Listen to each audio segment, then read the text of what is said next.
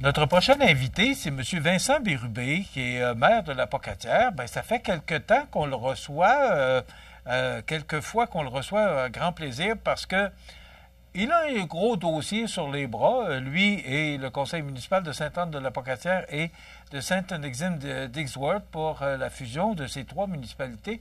M. Bérubé, bon matin. Bon matin, vous allez bien? Merci, et vous? Oui, merci beaucoup. Ben, je pense que vous allez encore mieux que moi. Ben, effectivement, on a une bonne nouvelle. On continue à avancer notre processus de regroupement. La semaine passée, on a passé notre processus de règlement là, au niveau du conseil municipal des trois municipalités. Et maintenant, on est en consultation publique au niveau là, du gouvernement. On invite les gens là, à aller donner leur opinion, favorable ou pas, au ministère, là, à la ministre excusez-moi, là, des municipalités. Oui, ben, c'est pas de problème. M. Bérubé, allons-y par étapes. Bon, lundi, le 3 mars, les trois conseils municipaux ont entériné officiellement là, le document qui vous mène à la fusion. À partir de ce moment-là, d'abord, ça n'a pas été simple parce qu'on dit que ça a été un exercice rigoureux. Comment ça s'est passé? Parce que je vois qu'il y a d'autres municipalités là, qui pourraient être intéressées à vous suivre là, dans votre démarche. Comment ça s'est passé? Parce que ce qu'on comprend, puis on disait dans le communiqué, c'est que c'est vous qui êtes l'initiateur de ce projet-là. Le fait que Ouais. maintenant, là, l'entente soit signée entre les trois, c'est quoi le bilan? Quel sorte de bilan vous faites, là? Parce que ça n'a pas été simple, ça n'a pas été facile. C'est sûr que quand j'ai commencé mon rôle de maire, j'avais fait une tournée au niveau des municipalités, à savoir si on était intéressé à faire un processus de regroupement.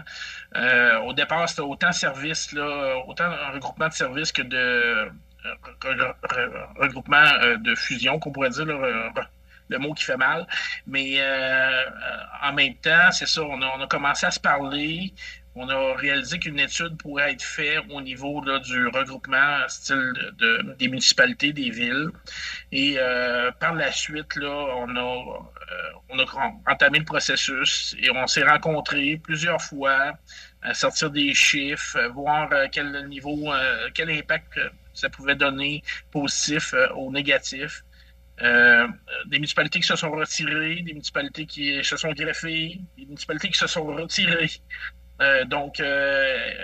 Naturellement, la situation au niveau des municipalités, c'est pas nécessairement tout le temps pareil, même si les rôles sont pas mal semblables. Des fois, justement, le fait d'être plus au piémont, dans les montagnes ou près du fleuve, la réalité n'est pas nécessairement pareille au niveau de l'aspect financier. Il a fallu là quand même voir à ça. Là, aujourd'hui, on force d'admettre qu'on est trois municipalités qui se ressemblent beaucoup, qui veut travailler ensemble à long terme, puis devenir une entité, puis de développer un milieu fort qui qui va avoir un impact là, dans la région de la Côte-du-Sud. Bon, il y a des directions générales, il y a de l'administration dans tout ça, il y a des employés municipaux des trois municipalités. Ça n'a pas dû être simple de voir là, pour que tout ce monde-là, parce que les municipalités, même si vous êtes fusionnés, les municipalités vont continuer. Alors, faut continuer à donner le service à la population. Alors, ça aussi, ça n'a pas dû être simple à, à, à organiser. Là. Je cherche le bon mot. Effectivement, effectivement, c'est sûr et certain que ça a un impact, là, naturellement, aussi au niveau là, des opérations, de faire l'étude, de sortir les chiffres, de tout ça. Nos gens ont travaillé très fort là, au niveau administratif pour nous aider, nous accompagner là-dedans. Puis aussi, ben, naturellement, ils voient, eux autres aussi, ils sont beaucoup de responsabilités à avoir au niveau là, des municipalités. Puis en même temps, ils ont déjà commencé à travailler ensemble. On voit là, justement qu'il y a une belle collaboration au niveau administratif. Puis justement, la force de chacun d'eux, chacun d'elles, fait en sorte que ça peut faire une équipe là, plus complète, plus performante dans le futur.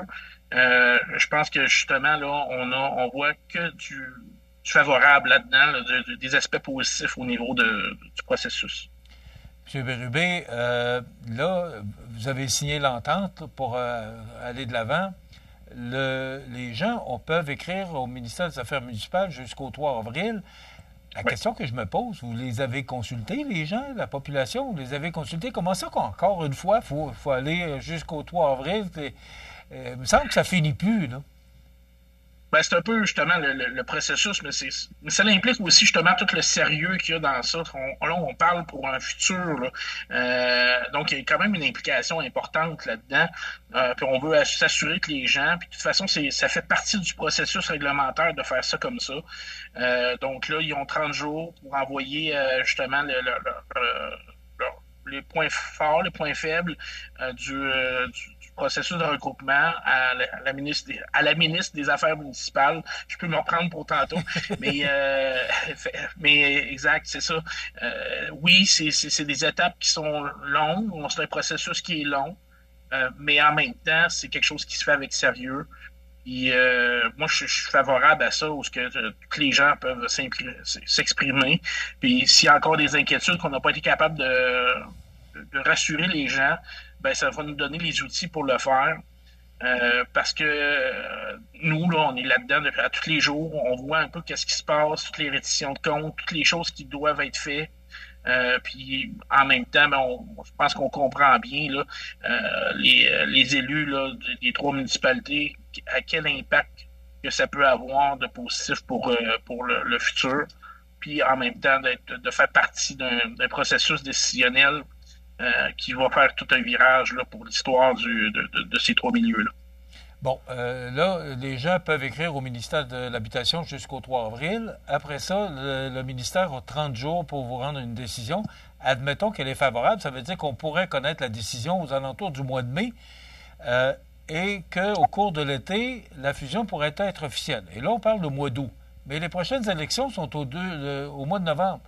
Qui va être maire en attendant? Ou est-ce que tout le monde reste en place jusqu'aux élections? Comment ça va se passer? Ben, en réalité, c'est ça. C'est que normalement, là, dans un scénario positif, on peut penser qu'au mois d'août, on serait une nouvelle entité. Peut-être plus en septembre, réalistement, à cause des vacances d'été, etc. Mais on travaille fort pour que ce soit le mois d'août. Le nouveau maire de la nouvelle entité resterait moins, dans le fond, au niveau de la future municipalité, la future ville.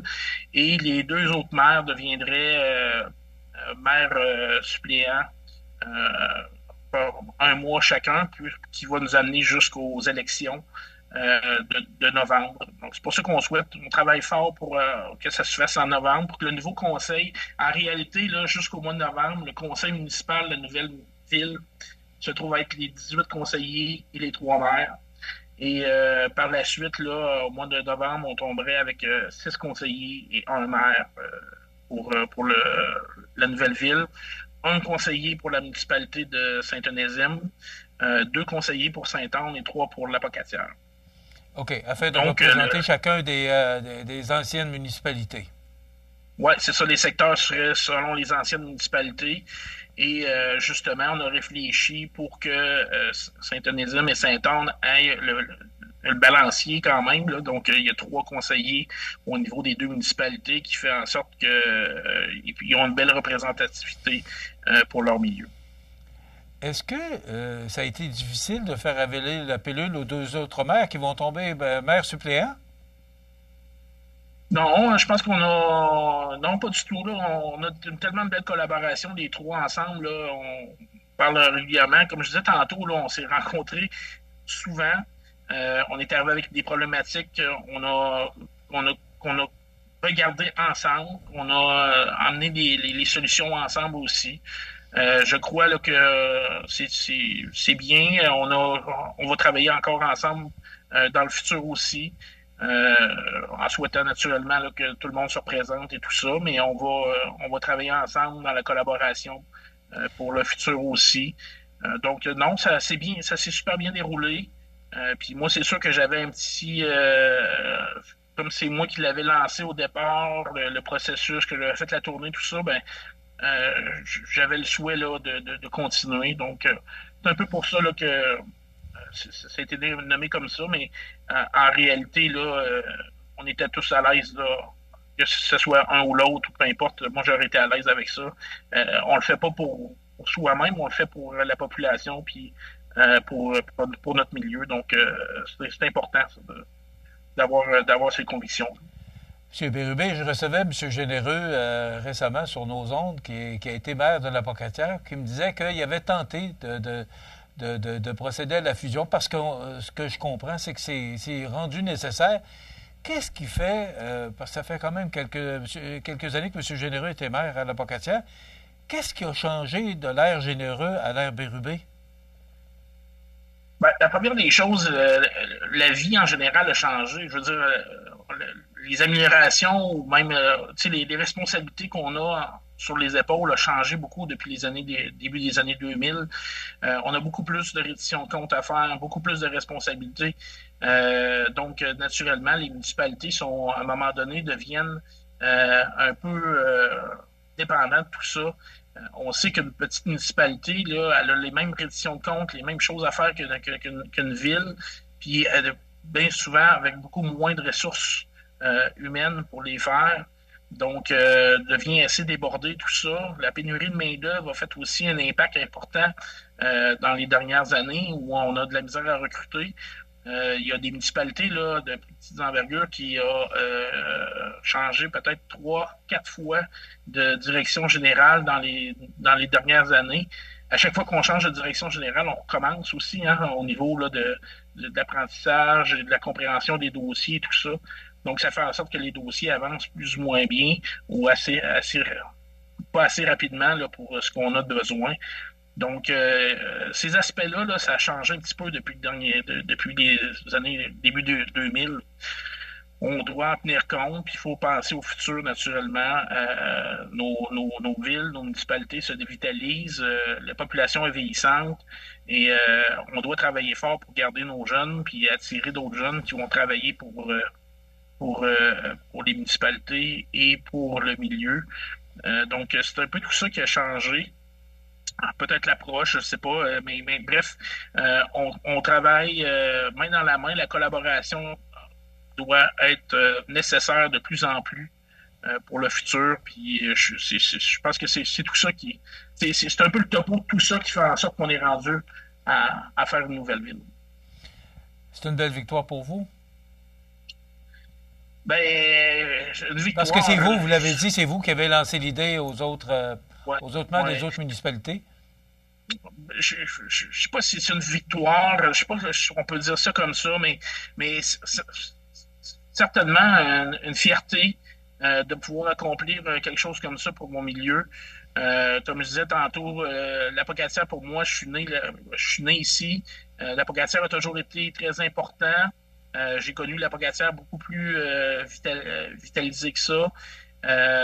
On peut se permettre de rêver, on peut se permettre d'être un petite grande ville. On a tous les services de proximité proches. L'important, c'est justement de les conserver, ces services de proximité-là, puis d'en développer des nouveaux. Puis on le sait, là, avec toutes les coupures qui se font au gouvernement présentement, d'être un milieu fort, ça va être très important dans le futur. On voit que dans la région, dans le Bas-Saint-Laurent, il y a eu des coupures au niveau des hôpitaux, dans le domaine de la santé, etc. Donc, il faut toujours garder une vigie aussi là-dessus. Donc, on a de grands défis en avant de nous encore. Puis, je pense que la force du nombre peut juste nous aider là-dedans. M. Bérubé, vous l'avez confirmé la dernière fois qu'on s'est parlé, vous serez candidat à la mairie là, pour la nouvelle ville là, pour le 2 novembre. Oui. On va se reparler parce qu'on va attendre la réponse du ministère et on aura l'occasion de vous reparler pour voir toutes les procédures puis toutes les façons de faire que vous aurez à monter là, pour la prochaine municipalité, si vous avez l'accord, ce qu'on vous souhaite d'ailleurs, parce qu'on sait que vous avez mis beaucoup de travail là-dedans. Merci de votre disponibilité, M. Bérubé, puis on va se reparler au moment où vous aurez la confirmation que vous pouvez aller de l'avant, ce que je vous souhaite. Si vous me permettez de prendre quelques secondes de plus, je voulais aussi remercier tous les gens, là, les conseils municipaux, mais aussi tous les gens de l'administratif, puis la population, les organismes qui ont été derrière nous dans ce projet-là. Merci de me laisser cette petite minute-là, mais merci beaucoup à tous ces gens-là. C'est pas juste Vincent qui a fait ce gain-là, mais toute la population en général qui va le faire. Monsieur Bérubé, merci beaucoup. On se reparle lorsque vous aurez la réponse officielle. Merci, bonne fin de journée. Merci.